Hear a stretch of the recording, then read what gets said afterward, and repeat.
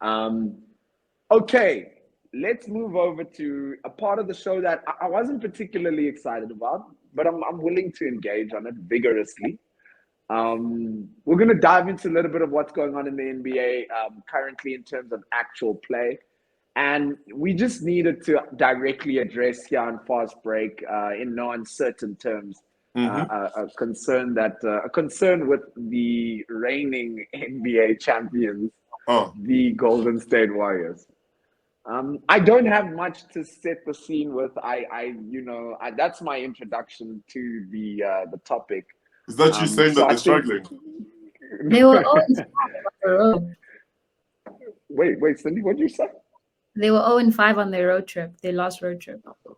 God damn, the stats are coming out. Don't start the numbers. Let's discuss in theory. We don't need to get so specific. But just now. Okay, you know what? I'm gonna just hand over to Shine. I can see you are watering. No, not at all. Nah, say what you want to say. I love Steph Curry. No, I don't say that now. Okay, so guys, look, Golden State have not had a great start to the season, and I think there's a lot to say about it. I have some feelings, but I want to hear from you guys. Shine, can you perhaps tell us from what you're seeing, what is the dynamic? I mean, what's your take on the Golden State Warriors start to the season? So, for once, I won't be too harsh on the Golden State Warriors. They're coming off a championship, meaning they had the least amount of rest, between them and the Boston Celtics. Unlike the Boston Celtics, I can tell Cindy disagree. She wants to say something mean about the Warriors. Okay, yes, Sean? No, I'm getting there. This is a build-up. So, the Warriors they're also older than the Boston Celtics, so that it's very difficult to continue with that run. And when you are the champion, everybody is gunning for you. I think the biggest standout now is they're showing that they cannot do a back-to-back without a 7-foot guard called Kevin Durant, if I'm not mistaken. The guy who they said they didn't need, but they're struggling without him. So that just goes to show you that a back-to-back is not an easy thing to do. And I mean, shout out to Steph Curry, who's playing really well, but not making his teammates better. We can say the same about a guy like Russell Westbrook, because I mean, since then, Klay Thompson's numbers have just dropped. Draymond Green is looking like a franchise role player or role player, franchise player, whatever you choose to call it. Andrew Wiggins is looking like a shell of himself. And the $140 million they slapped on Jordan Poole is looking like an overpaid salary, or a premature one rather, because he's not performing to the standards of $140 million. He's exactly what Tobias Harris is. The way Tobias Harris swindled the 76ers, Jordan Poole is doing that to the Golden State Warriors right now.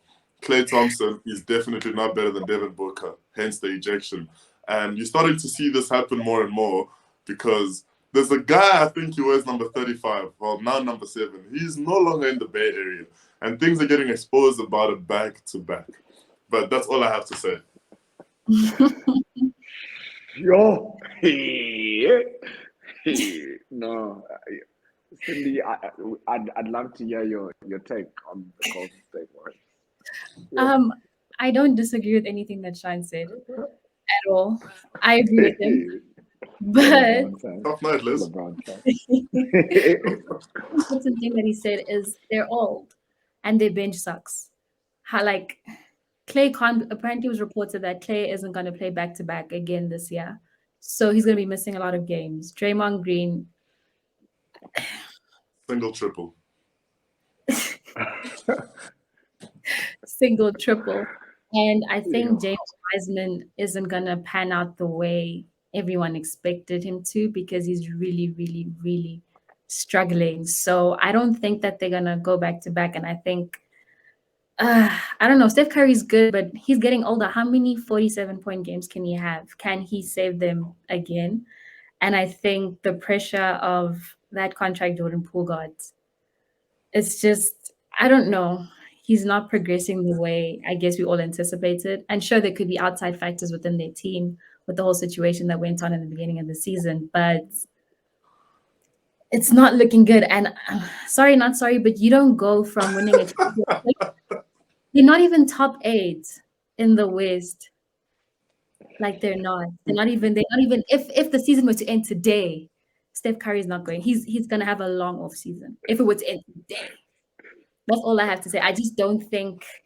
I think the odds were in their favor. I think a lot of times Golden State, the odds are in their favor. They had KD last year. Everybody was injured, so I think now that everybody is kind of in good shape, and sure, people are doing badly because the teams are just not working. But we'll see. Maybe it's too early to say, but how do you lose to the Orlando Magic? That's all I'm saying. But we'll see. Wow. We'll see. I just want to say. Wait. One last thing. Third worst defense in the league with Draymond Green. Third worst defense in the league. But yeah, we can go ahead. So it's actually wild that you mentioned that, because that's exactly where I was going to start. Guys, my genuine opinion for what's going on with Golden State is last season they were the second best defense in the NBA. This season they're the third worst defense in the NBA, right? And I'm going on like a tangent here, but I think the situation that happened, of course, with Draymond Green and Jordan Poole in the beginning of the season, then the contracts that clearly said that we're not going to want to re-sign, they signed Wiggins and Jordan Poole to long-term contracts, which clearly was an indication that they're not willing to re-sign Draymond Green. I personally, in my opinion, think that Draymond Green is not playing how he could be playing. I know he still can play. I personally think that he's basically said, this isn't, you guys have showed me your true colors. I'm not going to be the heart of this defense. I'm not going to be everything that I actually am in true value. That's my personal opinion of it. That's my first opinion of what I think is going on with Golden State. I got to write this down because I've got a point for this. Okay, whatever. But two elements I agree with. Look, Jordan Poole to me had some great, like there was some throughout the playoffs was really good. I think he blew hot and cold throughout the regular season, and I think he does that game to game. I don't think he's not 15 to 20 a game. He's not even 20 to 25 a game. He's always inconsistent in terms of actually delivering. I think the most consistent guy that got a contract and took less money this season is actually Andrew Wiggins. I think he's been playing extremely well, actually. That's the person I would give it up to. I will not lie to you. I'm scared. And I'm scared for one reason beyond the defense.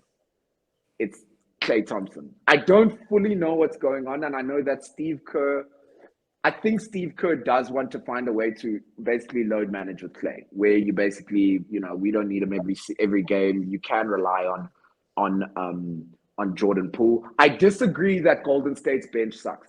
Wiseman, Kuminga, Jordan Poole, you get those three guys.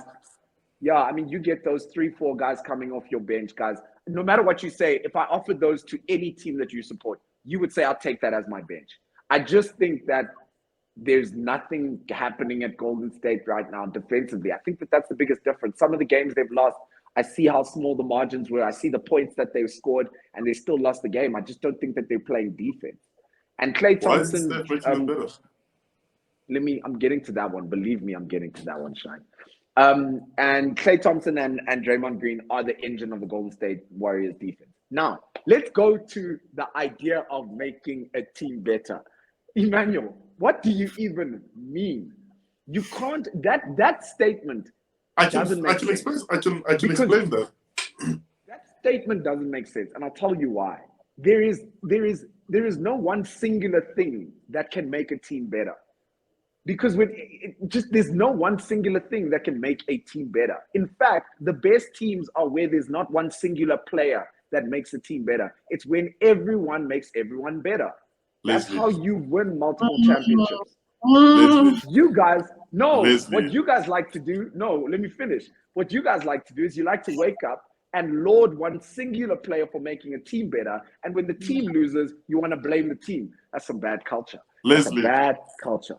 Leslie, you have always said, we have had long conversations about how the Miami Heat choked in 2011, and you said LeBron didn't perform the best way he could.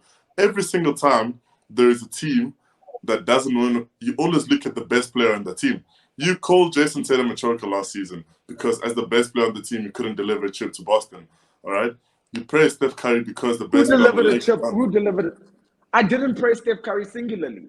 What's the No, tape? Can I Run just it finish, back. Liz? Okay, so you don't praise any one player for winning, but you do blame players for not being the best they can be to deliver a chip.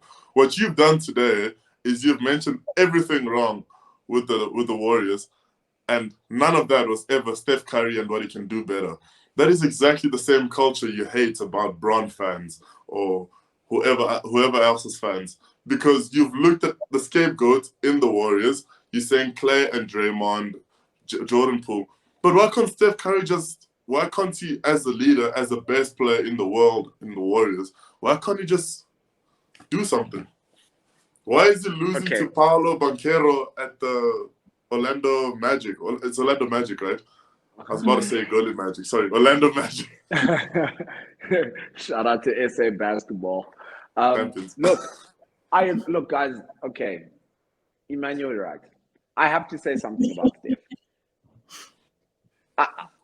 And I'm not going to not say what I want to say. I think he's playing well. He's actually playing better in terms of a start to the season than I would have expected. And there are things that Steph Curry can do to improve this team.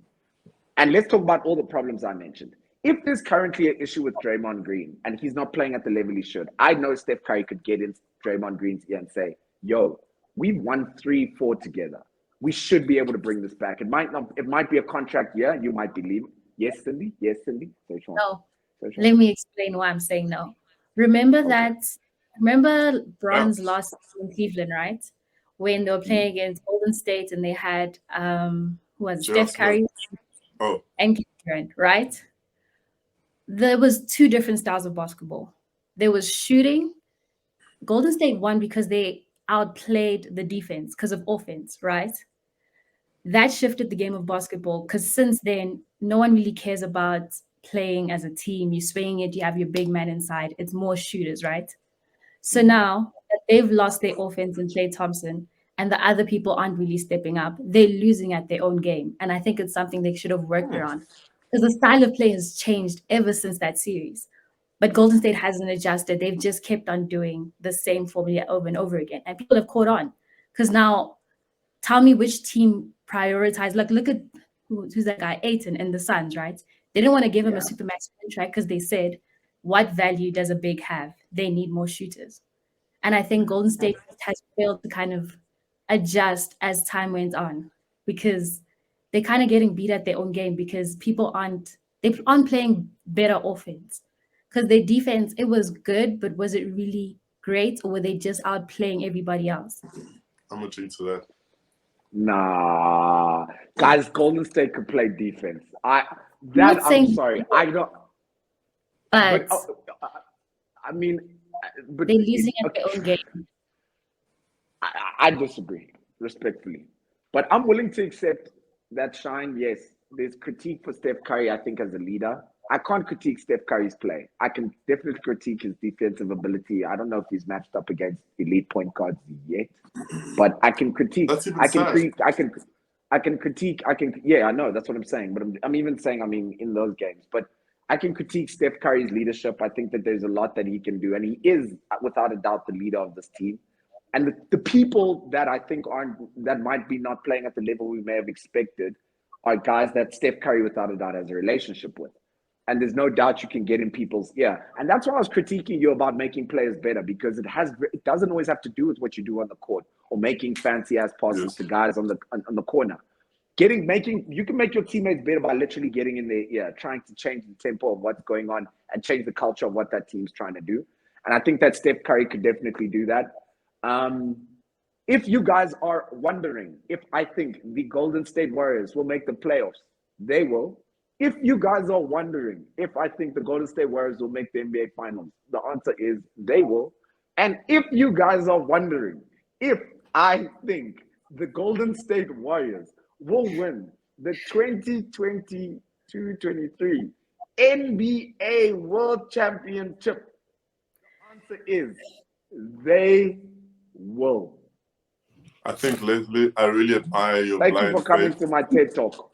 I really admire your blind faith, and I think and no the one will KD be coming back to your TED Talk. I'm not even going to address the KD thing. No, you have to address the KD thing. Address the KD thing. You're wrong. You're wrong on so many So- levels because this is what no, you guys so- did last season. Last season, you said they couldn't win without KD. Now they have two I rings said they without could have KD, won without two KD. rings with. But I No, said they you can't do don't. a They want two back-to-back rings with without KD. KD. So you'll have to prove me wrong. Despite that, there are two things. There's one thing I want to see here. I want to say here. Two very blameless players, no matter how bad their seasons go or how badly their teams do, they never ever get any blame for it. Kevin Durant and Stephen Curry. No matter how bad it is, they never ever get blamed for it. And we're seeing that happen time and time again. You know, everybody will forget the bad season Steph had without KD. All right? The bad seasons KD had with Russell Westbrook. But it's never them that are the problem. It's never what more they could do in the locker room, on the court, or whatever to make the team better, to get the team there. They are never blameless. Even in this situation, Les, I had to remind you that Steph had to take the blame as the best player in the world, as the best player on the Warriors. You know, there's this thing where we always overlook that. And those two players specifically, extremely, extremely blameless. KD goes down. Why can't Steph Curry carry the load against the Toronto Raptors? Nobody says anything. Why can't he, Draymond Green, and Klay Thompson, guys who've won? Clay was also out in that series. Okay, but you will blame LeBron in 2015 for Kyrie and Kevin Love being out and him not being able to see you through. But why can't that same energy be transferred to Kevin Durant blowing a 3-1 lead against the Golden State Warriors? Why can't that same energy be transferred to Stephen Curry blowing a 3-1 lead? For Stephen Curry unable to do a back-to-back without KD. For Stephen Curry's, just the Warriors situation right now. I just want to hear that from you. Where is that consistency you expect from the NBA in you, Leslie? Season after season, I have debates with LeBron fans about the same thing. I'm not a LeBron fan anymore. I've apologized profusely for ever criticizing LeBron James when he had an injury-ridden team. I've apologized profusely. But you don't want to retain the apology in your mind. I've never heard it, that's why. Your arguments don't lie. I I've apologize profusely. Okay. I've never heard it, but thank you. It means a lot. There's only two singular seasons I take issue with LeBron James. 2011 and 2014, when he had healthy guys next to him and he lost NBA Finals series. Now, I'm more than prepared that if Steph Curry, with this current Golden State Warrior team, because guys, let me be clear, I think this is without a doubt a championship team. If they cannot make it to the playoffs, that would be I don't even want to get into that. If they lose in the NBA Finals, I don't even want to get into that because this team is capable. This is without a doubt a team that can win an NBA championship. And if they lose, it will be the critique you're asking for, the consistency you're asking for. I am more than prepared to offer. Far and wide. Declaring it on the show. I'll do a one-man show, 1 hour of critique of what has happened. I'm going out on a limb to ask the producers to keep this tape, Leslie. Because we're going to sit here in May next year when the Warriors are watching from Cancun. And we're going to speak about this. Now that the show has happened, I would like to just end this segment by asking this. If the Golden State Warriors win an NBA title, I want you guys to archive your whole grid on Instagram, change your DP to a picture of Steph Curry, and you are going to have 3 pictures up, and you're going to have 3 pictures up for 5 weeks for 5 rings. The one picture is going to be one's going to be a video of me. The second is going to be a picture of the Golden State Warriors team. And the third one will be the Golden State Warrior logo. Does everyone agree? I hope that the producers also hold on to that part of this. Because that's right. I will remind you of this moment, Leslie. When you and I are watching Lakers and Warriors enjoy their time in Cancun. I will remind you of I don't want to be with you guys. I don't want to be with you guys in Cancun. Hey, look, I've taken my talent to Portland. That's all I'm saying. On that note, guys, let's wrap up the show with a bit of a pretender versus a contender.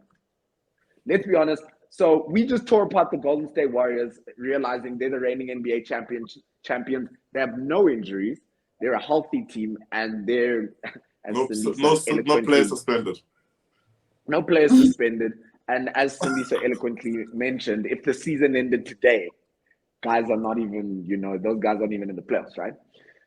But let's be honest, the start to the NBA season has been wild in terms of some of the top teams, guys. And there's places I don't even know where to start. Let's actually start with the team that was hot early, right? Guys, the Blazers. Damian Lillard is injured.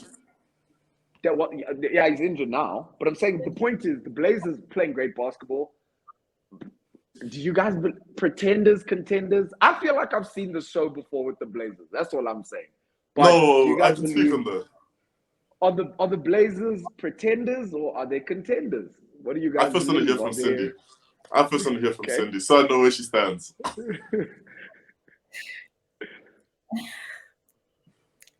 I feel the same way as Lizzie. I feel like I've seen this before.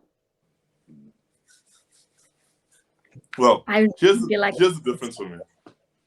I don't know. Shaz mentioned this last week. Yeah.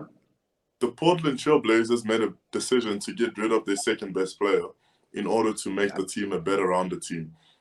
And I think what you have now is everybody understanding their role. And the second best player can be anybody on any given night, but more specifically, the younger guys who want to prove a point. But they've added Jeremy Grant. That's a top player. You saw what he did to the Lakers, backing LeBron down to score the game-winning basket. This is not something you often see. So I think once Damian Lillard comes back and starts to give you again 32 points a game and a 50-point game every now and then, this is a team that's ready to compete and contend, because nobody saw this coming from the Phoenix Suns a few years ago. And here we have the Blazers. We can't say that they're pretenders. They're definitely contenders. On the shoulders of an All-NBA first-team point guard, Damian Lillard. I just want to be. I disagree. They're definitely pretenders. I'm not gonna. But you also the same guys, same Warriors are contenders. Come on, bro. Never live it down. Can't wait for that ring. No, I'm sorry, man. The main Shine, my genuine feelings is I've seen it before. I'm sorry. That's really all I have to say. If you've watched enough basketball in the last 5 years, you must have seen this. You've seen this before, and it's just gonna break your heart. You're almost gonna think Dame is gonna play really well, and I mean I think he does all he can. It's just not gonna work, man. I don't believe in the Warriors. I'm sorry, I don't believe in the. We also don't believe in the Warriors. It's okay. Yeah, it's okay. Okay, guys, let's go over to the Eastern Conference. Pretenders or contenders? I'm gonna throw two names at you. I think I already know the answer with one. But the Milwaukee Bucks and the Cleveland Cavaliers with Donovan Mitchell at the helm. Pretenders or contenders? Cindy. Contenders. Both teams. Both teams are contenders. Damn. You know, Cindy, I want to tell you something. I think I might join you on that statement. Guys, just Shine. You need to take away. I'll explain my Donovan point. It's Mitchell. 5 days. Take the time and Mitchell and go look at Cleveland's roster. Just take a look. Yes. That roster good, man. So guys, my only issue is I cannot agree with Leslie. Mitchell. It doesn't make sense. Because now that you guys said it, I have to mention it. Donovan Mitchell's feet are too big for him. He's gonna pull a KD when it comes again to the playoffs. And that Cleveland team is looking really good with Darius Garland coming back. But at any one moment, any one of those guys can give you, okay, maybe not those two guys, but anyone who supports them. I'm talking your Jared Allen, your Evan Mobley, Kevin Love, all those guys. On any one day, they can let you down. They don't have a deep roster, first of all, So their starting five is really good. Maybe the sixth man in Kevin Love. You're saying they don't have a bench. But past that, no, they don't have it. Whereas the Bucks. No, but don't compare the two. Wait, don't compare them directly, right? I'm not comparing anybody to the Bucks. Yeah. No. Oh, you believe the Bucks clear contenders? Guys, I'm only giving the Bucks contenders for a finals appearance. I don't believe they're gonna win. Oh, they're gonna wipe their floor with every team in the East, and then in the West, maybe Portland Trail Blazers. Weren't the Bucks in the Eastern in the NBA playoffs last season? Who dusted them? Boston, but lost. without Chris Middleton. So you're saying Chris And- Middleton is the reason? Oh, you No, can't but- deny that. You saw the season before that when they won the chip. Chris Middleton was serious. And He they was a had perfect Robin to that Batman. Cindy, you're saying, and they had PJ Tucker to help them with defense, exactly, and they lost. and he They gone. lost Chris Middleton. PJ You can say- Tucker was busy collating his sneakers. Now he's back on the court. Whatever. Okay, fine. Okay, I mean, so Shine disagrees. He calls the Cavs the pretenders. Let's go to the Western Conference. Who's sitting at the top of the Western Conference currently is the Utah Jazz. It's just ironic, you know, because you guys have heard all the long-ridden critiques of great players, right? Michael Jordan retires, goes and plays baseball. The Chicago Bulls continue to perform. When LeBron joins the team and they suck, he elevates them. When LeBron leaves, the team goes down. Donovan Mitchell leaves the Utah Jazz. Rudy Gobert leaves the Utah Jazz. And the Jazz, fine, it's early days, yeah, whatever. We all might just be, you know, but the point is, we out here and we have something to say. Yo, the Jazz enjoying themselves there at the top of the Western Conference. Guys, pretenders or contenders. Oh my goodness. Guys, are the Utah Jazz pretenders or are they contenders? Pretenders. No, they're not. Pretenders. You guys are just saying it's clean. It's clean. It's just you're saying Pretenders. it's I just know straight Jordan away. Clarkson's the best player there. Mike Conley's pretty much finished. I don't even know who their big man or Derek Favors. I don't know. No, I'm not sure. I don't even know who's playing forward at the Jazz. But I Laurie must say, when I Martin. look at the Jazz, they look like a great place to shop for some role players, man. Like if you were a big team, if you want to pick up role players, it just looks like that. So you guys don't believe that the current league leading or the Western Conference leading Utah Jazz are contenders? Not even. Okay, let me throw one last curveball at you. Are they making the NBA playoffs? Yeah, they will. Oh, They always have made the That's- playoffs. I don't believe they'll make the playoffs. I They'll don't even make- believe in that one. They'll make the playoffs. I'm telling you- whether or not they're I'm going to compete. I'm telling you guys right now, the Utah Jazz and the Blazers are both not going to be in the NBA playoffs. Write it down. This is Take it all to the the more bank. reason why this tape needs to resurface this time in March. Take it to the bank. Take it to the bank. Okay, everyone, thank you so much for joining us here on the Fast Break. We really appreciate it. Please like, follow, subscribe. What are all the instructions? Like, Share. follow, subscribe, share, like, comment, like. We really appreciate you guys again. joining us. Thank you. See you guys later. Emmanuel, Cindy, thank you so much. Didn't enjoy a certain part of the show, but you know, obviously we had to have you guys on the show. We're not sure when we might have you guys again. But thank you, everybody. I'm taking this to HR. Cheers, guys. Cheers, guys. Bye.